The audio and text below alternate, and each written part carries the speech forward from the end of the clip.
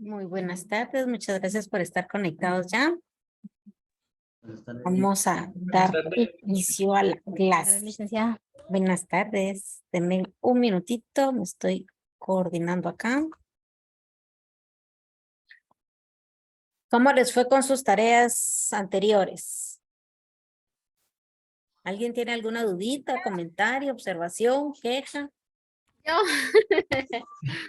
No es tan difícil, es verdad, es solo de tener el cuidado de analizar y el control de las fechas. Eso principalmente lo que uno tiene que ir viendo en contabilidad, sí es muy importante tener calendarios a la mano, ver las fechas, porque en base a eso es que se hace la contabilización de la información.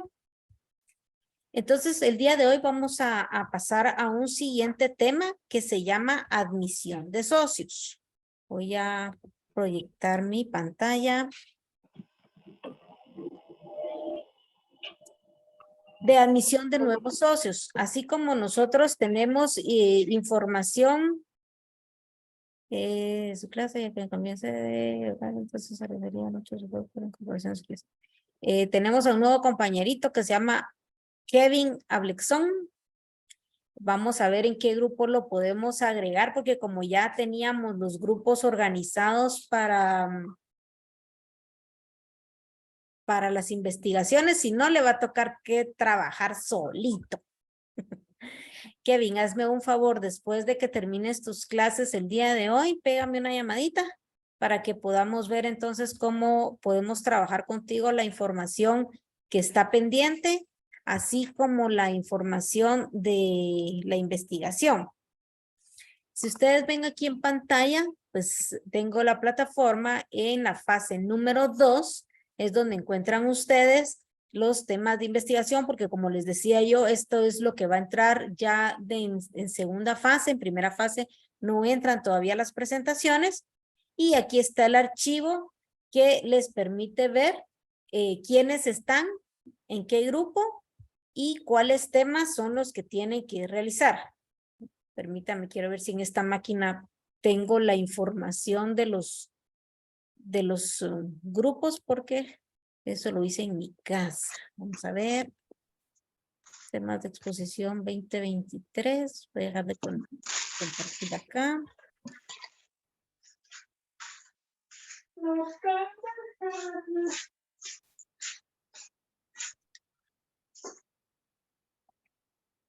Sí, aquí está. Ahí te puse mi celular en el chat a nuestro compañerito nuevo. Ok, entonces tenemos acá la información que yo ya les subí en la plataforma, que ustedes ya todos pueden descargar. Aquí está quienes le toca qué tema y en qué fechas le tienen que exponer, recordándoles siempre que la presentación del trabajo teórico, todos debemos de presentarlo el 21 de marzo, ya no el 14 de marzo, como había indicado yo, sino todavía estoy postergando una semana más para poderlo presentar. Lo único que entonces ahorita se nos corre un poquitito la dosificación del curso, pero vamos a ver cómo lo podemos manejar para que toda la formación del curso se complete. Dime, Vanessa, tú levantaste la mano. Buenas tardes, licenciada. Sí, le comento, al chico que agregó al grupo, Gabriel Ernesto, no hemos logrado comunicarnos con él, hemos escrito al chat, pero no hemos sabido nada de él. Le hemos escrito, se dice. Déjame ver. La mayoría de aquí son de San Juan el Punto. Mira, si en caso no lo localizan en esta semana, no en esta, para el día de mañana miércoles, mándame un mensaje de chat y agregamos entonces a Kevin acá. Quitamos a Gabriel y agregamos Sí. a Kevin. Buenas tardes. Buenas tardes. Yo soy Gabriel Hernández. Ah, Gabriel Hernández. Bueno, ahí está Gabriel, miren. Sí. Diga Lo que presente. pasa es que yo solo recibo esta clase el día de hoy. Ah, ok. Entonces comunícate con Vanessa, con Cindy Vanessa, Muy quien bien. acaba de hablar, para que mándense ahí chats en privado si quieren aquí a través de aquí. para que se pongan de acuerdo con la investigación entonces, por favor. Está bien, Entonces, gracias. Entonces Kevin todavía sigue ahí pendiente. Bueno, entonces tenemos que para la primera presentación de grupo la tenemos para el 21 de marzo. Para esa fecha, martes en 15 días, ya todos deben de haber entregado su investigación y compartido a sus compañeros de grupo. Como no me indicaron a quiénes asignamos como coordinadores, van a ser los primeros de cada grupo. Quiere decir que para Sociedad Comandita es Brandon Soto, para Responsabilidad Limitada es Andrea García, para Sociedad Anónima es Valerie Aguilar, para Sociedad en Comandita por Acciones es Jocelyn Cosajay, para Fusión y Transformación Julio Pérez. Con eso concluimos a los integrantes, que son el primero de cada uno. Ellos son los coordinadores y son los que van a estar frente a mi persona, respondiendo cualquier duda o consulta que tengamos de investigación o de trabajos, y a ellos son a los que yo les voy a pedir que me confirmen cuando ya hayan entregado también los trabajos a las siguientes coordinadores, por favor. Entonces tomen nota, los número 1 de cada grupo son los coordinadores. Entonces, tenemos el cambio de fecha que ya les comenté. Ahora es 21 de marzo del 2023 y empezamos presentaciones el 21 de marzo. Si en algún caso el 4 de abril, que cae entre las fechas de Semana Santa, no tenemos clase, todos los grupos de eso se corren una semana posterior. Pero vamos a quedar pendientes de que nos confirmen de parte de la universidad que en efecto esa semana no vamos a tener clases. Para los primeros 2 grupos no se corre, tenemos las fechas fijas entonces, ¿verdad? Me hicieron una consulta de qué tenía que investigar. Bueno, toda esta parte de acá que yo les puse que investigar es como mínimo de los trabajos que deberían de tener de cada uno de los temas de exposición. Principalmente los primeros, el último de fusión y transformación. Como no es de empresa, pues no van a hablar de constitución legal, administrativa, pero sí van a hablar de procedimientos legales y van a hablar de qué se trata una fusión, de qué se trata una transformación y cómo podemos trabajar con ello en la parte administrativa, legal y contable. Ahí sí cambia un poquito, ¿verdad? Pero para todos los demás, esto como mínimo lo deberíamos de tener. Cómo se constituye legalmente, cuáles son las constituciones, qué es lo que debería de tener administrativamente, cómo se hacen los registros contables iniciales.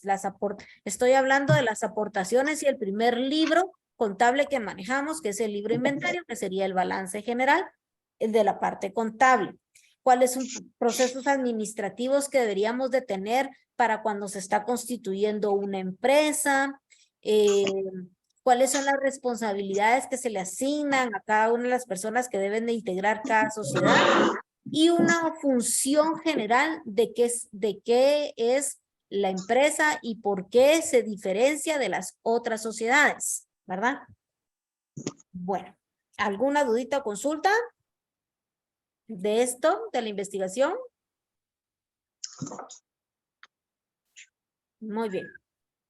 Entonces, concluimos con ese tema, ya sabemos. Nos vamos entonces ahora sí a lo que nos compete el día de hoy. Solo voy a cerrar esto.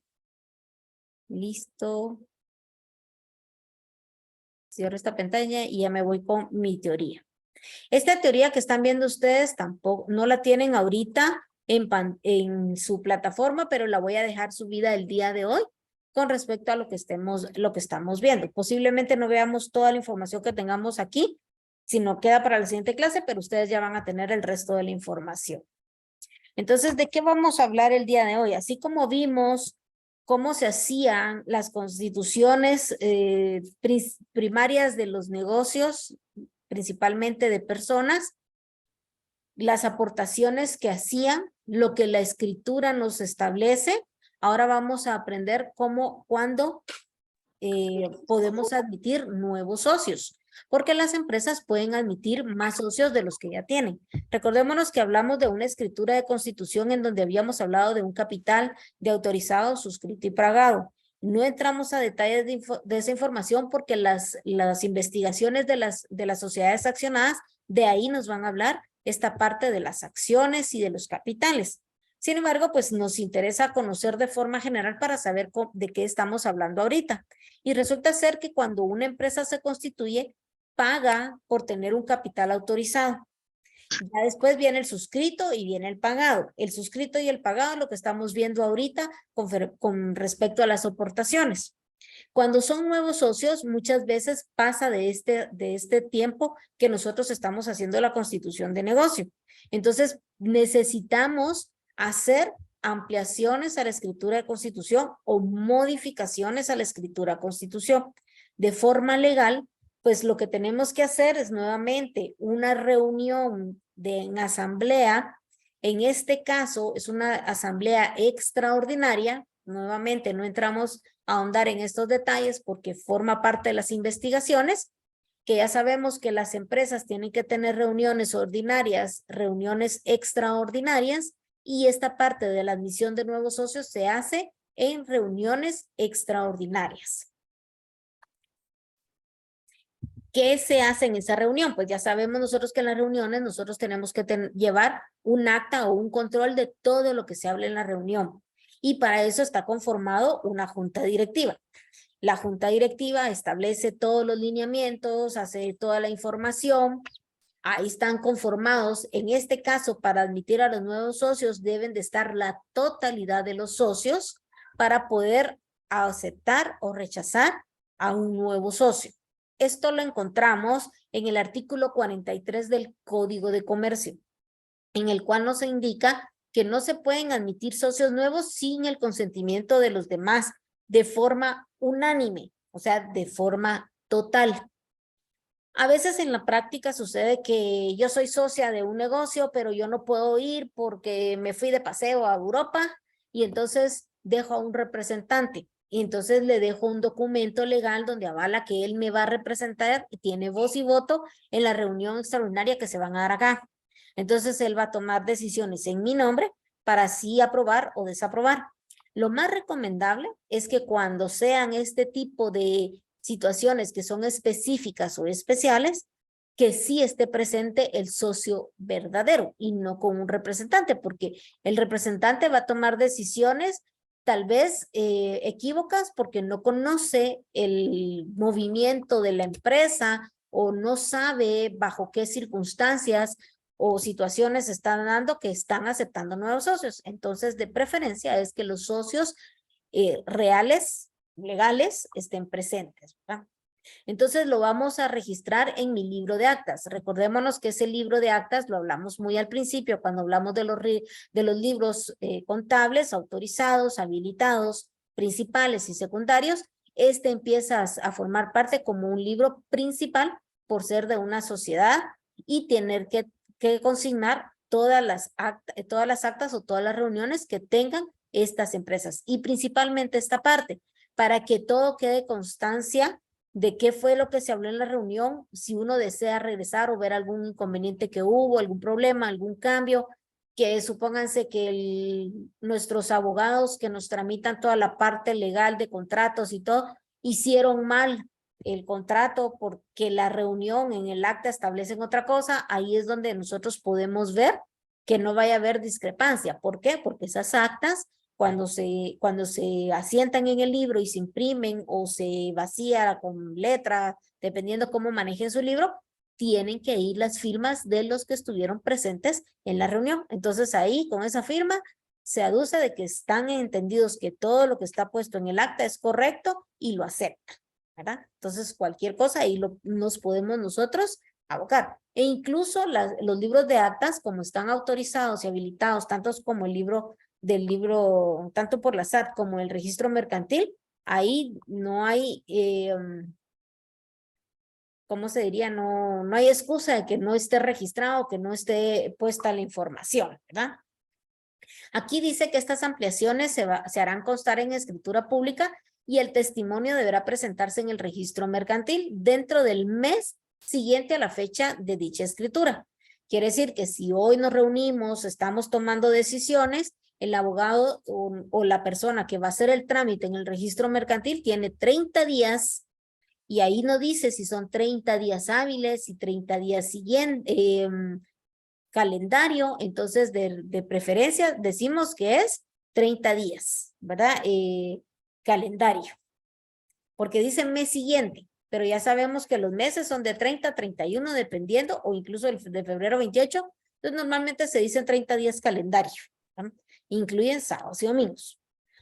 Cuando uno no hace esa inscripción o la hace de forma extemporánea, pues ya no nos van a referir al Código Tributario, donde establecen ahí las multas y las sanciones por la presentación extemporánea. Principalmente va a ser ante la SAT, porque cuando nosotros hacemos esos registros, valga la redundancia, en el registro mercantil, después los tenemos que inscribir en la SAT. Ahora con la nueva modernización que tiene a través de la agencia virtual hay que subir la ampliación de esa escritura. Y si lo hacemos fuera de la fecha que debe de ser, como establece el Código de Comercio, pues ya nos cobran multas, ¿verdad? Tendríamos que ir a verificar cuál es la multa, porque ahorita realmente no me recuerdo, pero menos de 250 quetzales no es, ¿verdad? ¿De qué manera pueden las empresas admitir nuevos socios? Bueno, lo puede hacer de dos maneras principales y en la segunda, pues hay variaciones, ¿verdad? ¿Cuál es la primera? La compra de la participación de un socio antiguo. Resulta que como recuérdense que nosotros tenemos un negocio de la venta de los chocobananos y darle la licenciada con esa su venta de chocobananos. Es que hoy no he comido, ustedes estoy antojada de chocobananos. Entonces ahí lo tengo presente todavía. Y resulta ser que ya no quiero estar con ustedes. Me voy para otro semestre y entonces me llevo mi negocio y ustedes ya no son mis socios. Voy a vender mi participación, ustedes se quedan con el negocio, pero yo me voy a retirar. Eso puedo hacerlo, pues soy un socio antiguo, yo me puedo retirar y vender mis acciones. Mis acciones las puedo vender por el valor que está registrado en la contabilidad de la empresa o por arriba de ese valor o por debajo de ese valor. Eso ya es decisión de mi persona. Entonces, ¿cómo lo voy a registrar yo en mis libros contables? Lo vamos a ir a verificar. La otra manera, la segunda forma en que podemos admitir socios nuevos, puede ser por estas siguientes informaciones que tenemos acá. Tenemos 1, 2, 3, 4, 5, 6 formas. Tantas, miren, al final es la misma. Lo que pasa es que dependiendo de cómo lo acepten, ahí es donde empiezan las variaciones. La primera dice que es participación en proporción exacta al interés obtenido. Quiere decir que con base a la cantidad que yo negocié mis acciones, ese es el valor que yo voy a colocar, pero mis acciones en valor en libros. ¿Qué es el valor en libros? Para recordarnos de lo que vimos en contabilidad 1. Valor en libros es aquella información que yo tengo registrada, valga la redundancia, en los libros de la contabilidad. Como lo dice mi escritura de constitución, 25 acciones a 100 quetzales cada una. Entonces estoy hablando de 2,500. Entonces, si yo vendo mis acciones que eran 5 acciones, son 500 quetzales. Entonces yo voy a vender esas acciones y la empresa lo va a registrar con los 500 quetzales porque es el valor que tiene los libros. Y entra el nuevo socio y salgo yo. O bien puede ser que yo venda mis acciones en 1,000 quetzales porque yo vine y las fui a evaluar a un lugar para determinar en un mercado de valores y determinar que mis acciones en libros cuestan 500 quetzales, pero en el mercado resulta que valen 1,000 cada una, casi el doble, ¿no? Entonces yo voy a negociar, voy a vender mis acciones en 1,000 quetzales, pero contablemente solo entran 500, porque eso es lo que yo había registrado. Y ahí es donde empieza a haber las variaciones, que son las siguientes, de cuando yo acepto por más o por menos al valor en libros que tengo en mi acción. Eso es el valor en libros, el valor que yo estipulé en la escritura de constitución, y eso es lo que tengo registrado en mis libros. Puedo admitirlo mediante el abono de crédito mercantil de antiguos socios, por medio nuevamente del crédito mercantil, pero en pro a los nuevos socios, con primas de admisiones, tanto para activos como para nuevos socios, o por revaluación de activos. Este último casi no se da, pero lo vamos a ver de todas maneras. Dice que cuando se trata especialmente de firmas profesionales, me refiero, por ejemplo, firma de abogados, firma de auditores, el ingreso de un nuevo socio puede estar condicionado no al aporte en efectivo, sino a un porcentaje de participación en las ganancias netas. ¿Qué quiere decir? Que, por ejemplo, eso normalmente se da en las firmas de auditores, podría decirlo yo, que es la experiencia que tengo y no como los abogados, que, por ejemplo, la firma la fundaron 2 socios, ellos están trabajando, ellos son los socios fundadores, pero yo llego creciendo y voy creciendo y voy superando los niveles jerárquicos que tenemos en las firmas de auditores y el siguiente paso me toca ser socio de la empresa, pero los socios fundadores no me quieren recibir como un socio más, sino yo solo voy a entrar como un socio por parte de la participación en ganancias, exclusivamente. Entonces yo ya voy a recibir un porcentaje, no solo de honorarios y de toda la negociación, sino sobre las utilidades que tenga la empresa, yo voy a ganar sobre ellas. Pero al momento que la empresa se liquide y hagan una repartición de los activos, yo no voy a participar en eso porque yo no formaba parte de esa sociedad como tal, ¿no? Eso significan esas 2 últimas líneas. Un nuevo socio puede adquirir su participación. Permítanme, se lo voy a bajar aquí. Ay, me fue. Su participación comprando todo o parte del capital de un socio antiguo. El importe que el nuevo socio haga efectivo es independiente y estrictamente personal entre ambos, por lo que en los libros de la empresa únicamente se asentará el monto de interés obtenido. Palabras sencillas y en resumen, el valor en libros. Veamos un ejemplo. Dice, Paco Pérez adquirió en 14,000 quetzales el 50% del capital de 20,000 del socio Paco Juárez, que posee en la sociedad colectiva Dínamos de Guatemala. La partida queda de la siguiente manera. Pablo Juárez a Paco Pérez, 10,000 quetzales. ¿Por qué 10,000 y no 14,000, que fue lo que pagó? Porque yo estoy comprando solo el 50% del capital del señor Juárez. ¿Cuánto es el 50% de 20,000? 10,000. Por eso tengo en la partida solamente 10,000. Le estoy dando de baja al capital, ese 50%, al señor Paco Pérez, y estoy dándole ingreso le estoy dando de baja esos 10,000 quetzales al socio Juárez y estoy dando el ingreso al señor Paco Pérez sobre los 10,000 quetzales que él compró. Quiere decir que esta persona, aunque haya pagado 14,000 quetzales, solo va a participar en el negocio sobre esos 10,000 quetzales del capital contable que tenemos. En este caso, no hay movimiento más que a nivel contable. ¿A qué me refiero?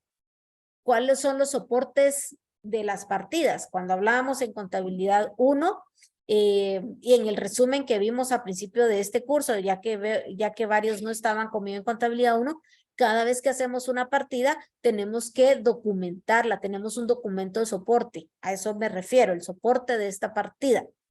Entonces, el soporte de esta partida es la negociación que hubo, el cruce de cartas en la empresa de forma administrativa, donde indica que va a entrar el nuevo socio, donde va a pagar, donde se va a rebajar el capital del otro. Está el acta asentada por la reunión extraordinaria para aceptar al nuevo socio. Y como tercero, el libro de accionistas. Aquí viene el otro libro, aparte del inventario, diario, mayor, balances. Este curso agregamos actas, ahora vamos a agregar el libro de accionistas. Este libro de accionistas se va a dar si y solo si hay más de 2 socios de la empresa. ¿Y por qué no uno LIC? Porque si es solo un socio, entonces no es sociedad anónima, porque es solo un dueño. Tiene que ser 2 como mínimo para formar una sociedad y entonces los libros de accionistas tienen que estar a partir de los 2 socios en adelante. Si solo son 2 socios, podría darse la omisión de ese libro. Legalmente no. Tenemos que registrarlo, tenemos que autorizarlo y habilitarlo y como mínimo deben de estar asentados las acciones de ellos 2 y si ha habido alguna modificación, que si no hay, ahí va a estar solo con el por el primer asiento y se va a perder ese libro, ¿verdad? Pero en este caso que estamos aceptando a este tercer socio, sí ya tiene que estar el movimiento en el libro de accionistas. Los libros de accionistas se trabajan como un libro de salarios. Es una página por cada socio y ahí llevamos como un CARDEX o un control de las acciones que poseen cada uno. El Código de Comercio fue modificado de tal manera que hoy por hoy ya no se permiten las acciones al portador, única y exclusivamente las nominativas. Para aquellos que van a presentar las investigaciones de empresas accionadas, tienen que tener el cuidado de ya no mencionar las acciones al portador, aunque el Código de Comercio todavía lo indique, porque ya no es permitido en la práctica. Tienen que ser acciones nominales, o sea, con nombre, ¿no? Por lo tanto, tenemos que llevar ese registro y ese control en el libro de acciones.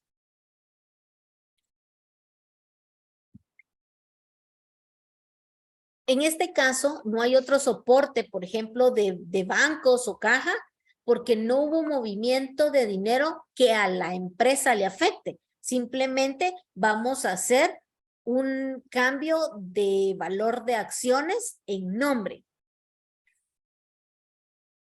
Permítanme un segundo.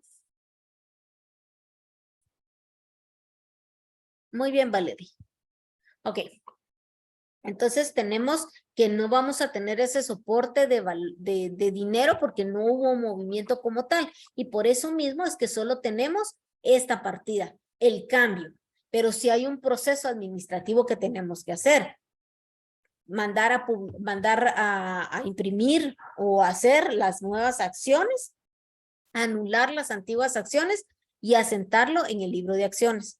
Tampoco vamos a tener una ampliación o reducción de la escritura constitución porque tampoco hubo movimiento. Simplemente va a haber una modificación por los socios y por la forma en que vaya a entrar y las participaciones que vayan a haber. Entonces sí vamos a tener una modificación a la escritura de constitución y esa nuevamente lo tenemos que hacer en los 30 días, se tiene que inscribir en la SAT y se debe de guardar junto con la escritura de constitución. Son documentos legales que no se deben de perder y que no se deben de destruir, aunque lleguemos a la fecha de prescripción que establece el Código Tributario, que son de 4 años.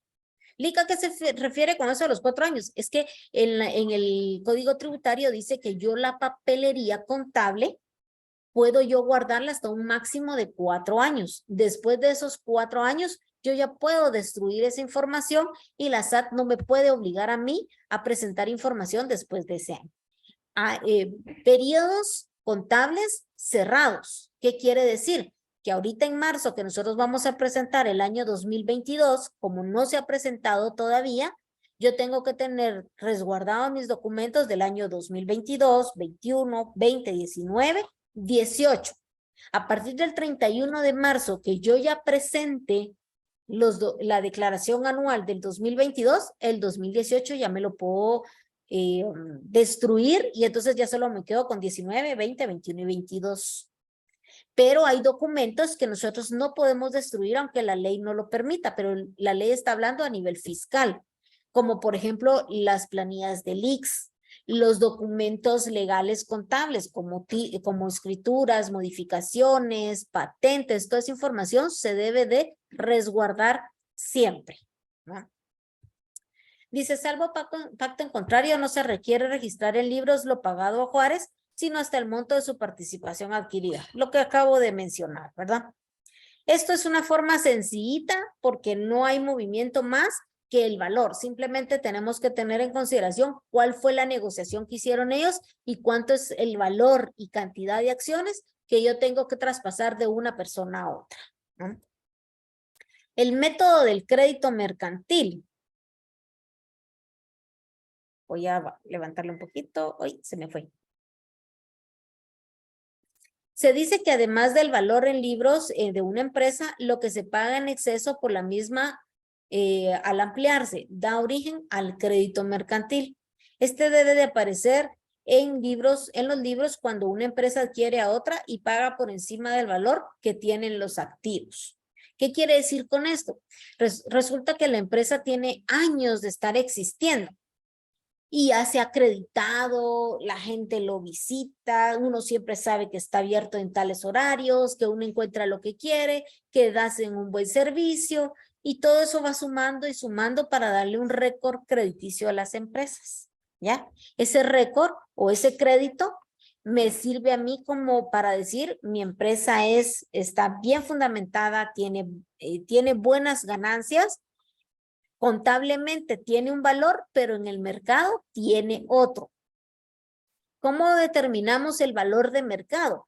A veces podemos contratar a expertos, valuadores en negocios para que nos diga, entonces, mire, sus acciones contablemente están registradas así en cada una, pero en el mercado están a 1,000 cada una. O sea, son 900 quetzales, que contablemente nunca voy a registrar, es solo a nivel comercial, para negociar nuestras acciones o nuestro negocio, así como lo vimos en el ejercicio en el ejemplo anterior. Él compró el 50%, pero pagó 4,000 quetzales más por el valor de esas acciones. Esa es la negociación que hicieron entre ellos. Igual es esta parte del crédito mercantil. 2 pilastras sostienen el crédito mercantil, dice, tanto el fiador y la confianza de los clientes, el favor, perdón, y la reputación que se ha labrado la propia empresa, lo que estábamos hablando. E imagínense que la empresa ha adquirido créditos, préstamos y ha pagado constantemente. Tal vez algunos meses se atrasó, pero de ahí volvió a pagar normal, no se ha atrasado, sigue puntual, no tiene deudas, no está con demandas y todo eso va dándole una buena reputación a la empresa y con eso se puede crear lo que se llama crédito mercantil y que entonces ya podemos registrar contablemente, que es lo que vamos a ver en el siguiente tema, pero como ya nos quedan menos de 2 minutos, voy a dejar de compartir esta sesión, la cierro y los veo en 1 minuto.